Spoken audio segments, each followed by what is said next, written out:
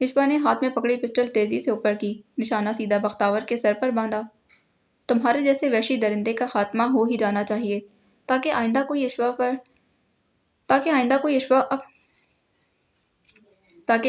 یشبا اپنا علی نہ کھوئے، تاکہ کوئی اور ماں اپنا آصف نہ کھوئے، تاکہ کوئی اور زویا اپنا ازلان نہ کھوئے۔ آخر میں اس کی آواز بلند ہو گئی۔ اس نے ٹریگر پر انگلی رکھی۔ بختاور چہرے پر ٹھیرا اطمینان لیے اسے دیکھتا رہا۔ ہو گیا؟ اس نے آئبرو اچکایا۔ ویسے اگر تم بھول رہی ہو تو تمہیں یاد دلا دوں، اس جرم میں تم بھی میرے ساتھ شریک تھی، اسی لیے تو آج یہاں آئی ہوں اپنے گناہوں کا ازالہ کرنے، ایک کوشش کرنے۔ اس نے پسٹل کو مضبوطی سے تھاما، دل تیزی سے دھڑک رہا تھا، ہاتھوں میں ہلکی ہلکی لرزش تھی جو بختاور نے نوٹ کر لی۔ خدا کرے تم جہنم میں تڑپو، جیسی اذیت تم نے دنیا میں لوگوں کو دی ہے، تم ہی اذیت مرو، اتنی ہی اذیت تم مرنے کے بعد کاٹو۔ غصے سے کہتے ٹریگر پر انگلی کا دباؤ بڑھانا چاہا، مگر اس سے پہلے ہی بختاور نے ایک جھٹکے سے ٹیبل کے نیچے سے اس کی کرسی کو ٹھوکر لگائی۔ وہ کرسی سمیت پیچھے جا گری، پسٹل اس کے ہاتھ سے چھوٹ کر دروازے کے پاس جا گری۔ یشبا ڈر سے کڑاہی، فرش سے ٹکرانے کے باعث اس کے ماتھے سے خون نکلنے لگا۔ بختاور کرسی دھکیلتا کھڑا ہو گیا، فرش پر گری یشبا کو بالوں سے نوچ کر کھڑا کیا۔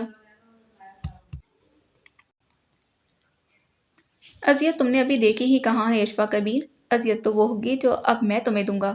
فرعون کی آنکھوں سے اس وقت وحشت ٹپک رہی تھی۔ خدا سے ڈرو بختاور، یہ سب کر کے تم دنیا کے ساتھ ساتھ اپنی آخرت بھی گنوا رہے ہو۔ وہ یکدم ہنسا۔ فرعون تھا نا، اسے خدا سے خوف کیسے آتا؟ آخرت تو تم بھی اپنی میرے ساتھ گنوا ہی چکی ہو، تو کیوں نہ دنیا گنوانے میں تمہاری مدد کر دوں۔ اس نے ایک ہاتھ سے یشبا کے بال دبوچ رکھے تھے، دوسرے ہاتھ سے اس کی گردن اپنے آہنی شکنجے میں لیے اسے دیوار سے لگا دیا تھا۔ یشبا کی آنکھوں سے آنسو نکلنے لگے۔ سچ کہہ رہے ہو، اس کی آواز گھٹی گھٹی تھی۔ آخرت تو خراب ہوئی ہی ہے میری، اب دنیا میں بھی تمہارے ہاتھوں قتل۔ اس کی بات کاٹتے ہوئے استہزائی انداز میں مسکرایا۔ پوری آنکھوں میں سیاہی اتری۔ اتنی بہادر لڑکی کو مرنا نہیں چاہیے، اس نے افسوس سے سر ہلایا۔ یشبا کا سانس رکنے لگا۔ وہ اس کے کان کے پاس جھکا اور سرگوشی کے انداز میں کہا، تمہیں واقعی لگتا ہے میں تمہیں موت دوں گا؟ یشبا کی آنکھیں حیرت سے پھیلیں اور اس لمحے اس نے شدت سے اپنی موت کی دعا کی تھی۔ ہم ابھی ڈاکٹر کے پاس جا رہے ہیں اور میں اب تمہارا کوئی بہانہ نہیں سنوں گی، زویا سخت لہجے میں کہتی اٹھی اور اپنا پرس اٹھانے لگی۔ میں بالکل ٹھیک ہوں زویا، بس تھوڑی گھبراہٹ ہی تو ہے۔ ابھی پیا ہے نا جوس، ٹھیک ہو جاؤں گی۔ مہرین نے آنکھوں پر بازو رکھے بیڈ پر کروٹ لی۔ وہ آج صبح ہی یہاں آئی تھی اور کچھ بجھی بجھی لگ رہی تھی۔ ابھی بھی گھبراہٹ کے مارے زویا کے کمرے میں بیڈ پر لیٹی تھی۔ زویا کئی بار اسے ہاسپٹل جانے کا بول چکی تھی، مگر وہ جانے کو تیار ہی نہ تھی۔ زویا نے گہرا سانس لیا، پھر اس کے پاس آ کر رکی۔ مہرین عباس، 2 منٹ کے اندر اندر اٹھ جاؤ ورنہ، اس نے دھمکی دی۔ اس نے دھمکی جان بوجھ کر ادھوری چھوڑ دی۔ مہرین نے آنکھوں پر سے بازو ہٹا کر اسے دیکھا۔ آج وہ بہت دنوں بعد پرانی زویا لگی تھی۔ ایسے کیا دیکھ رہی ہو؟ اس نے مہرین پر سے کمبل کھینچ کر اتارا۔ جلدی اٹھو، میں نے فون پر ڈاکٹر سے اپائنٹمنٹ لے لی ہے، اس نے اپنا موبائل پرس میں ڈالتے بتایا۔ مہرین سر جھٹکتی اٹھی تھی۔ اب جب تک وہ ہاسپٹل نہ چلی جاتی، زویا کو سکون نہیں آنا تھا۔ ٹھیک آدھے گھنٹے بعد وہ دونوں ایک ساتھ ہاسپٹل میں داخل ہو رہی تھیں۔ زویا ریسیپشن پر کھڑی لڑکی سے پوچھنے لگی۔ مہرین بے دلی سے آس پاس کا جائزہ لے رہی تھی۔ اس طرف، زویا نے اسے چلنے کا اشارہ کیا۔ وہ مطلوبہ ڈاکٹر کے روم کے پاس پہنچی تو معاذ کو پہلے سے دروازے کے پاس کھڑا پایا۔ ان کو آتا دیکھ وہ فوراً مہرین کی جانب بڑھا، جو حیرت سے کبھی اسے تو کبھی زویا کو دیکھ رہی تھی۔ کیا ہوا تمہیں؟ مجھے زویا نے میسج کر کے بتایا تمہاری طبیعت ٹھیک نہیں۔ مہرین نے کنکھیوں سے زویا کو دیکھا جو مسکراہٹ دبانے کی ناکام کوشش کر رہی تھی۔ تمہاری طبیعت زیادہ خراب تھی تو تم مجھے صبح ہی بتا دیتی، میں آفس ہی نہ جاتا۔ وہ واقعی پریشان لگ رہا تھا۔ مہرین ہولے سے مسکرائی۔ زویا نے چہرہ دوسری جانب پھیر لیا۔ میں ٹھیک ہوں، بس تھوڑی سی گھبراہٹ تھی۔ یہ تو زویا کو چین نہیں مل رہا، مجھے زبردستی یہاں لے آئی۔ تو اچھا ہی کیا نا وہ تمہیں لے آئی، ورنہ تم نے تو مجھے بتانا بھی نہیں تھا۔ بالکل، زویا نے بھی معاذ کی تائید کی۔ تم دونوں کا کیا سارا دن یوں ہی مجھے لیکچر دینے کا ارادہ ہے؟ مہرین نے خفگی سے ان دونوں کو گھورا، پھر وہ اور معاذ اس کے چیک اپ کے لیے اندر چلے گئے۔ زویا کا کہنا تھا وہ یہیں باہر بیٹھ کر ان کا انتظار کرے گی۔ وہ وہیں کوریڈور میں رکھی کرسیوں میں سے ایک پر بیٹھ گئی۔ آس پاس نگاہ دوڑائی، وہاں بہت سے ڈاکٹرز اور نرسیں آ جا رہے تھے، بہت سے مریض بھی وہاں سے گزرتے دکھائی دے رہے تھے۔ کوئی ویل چیئر پر بیٹھا تھا تو کسی کے سر اور بازو پر پٹی لگی تھی، کوئی بیساکھی کے سہارے چل رہا تھا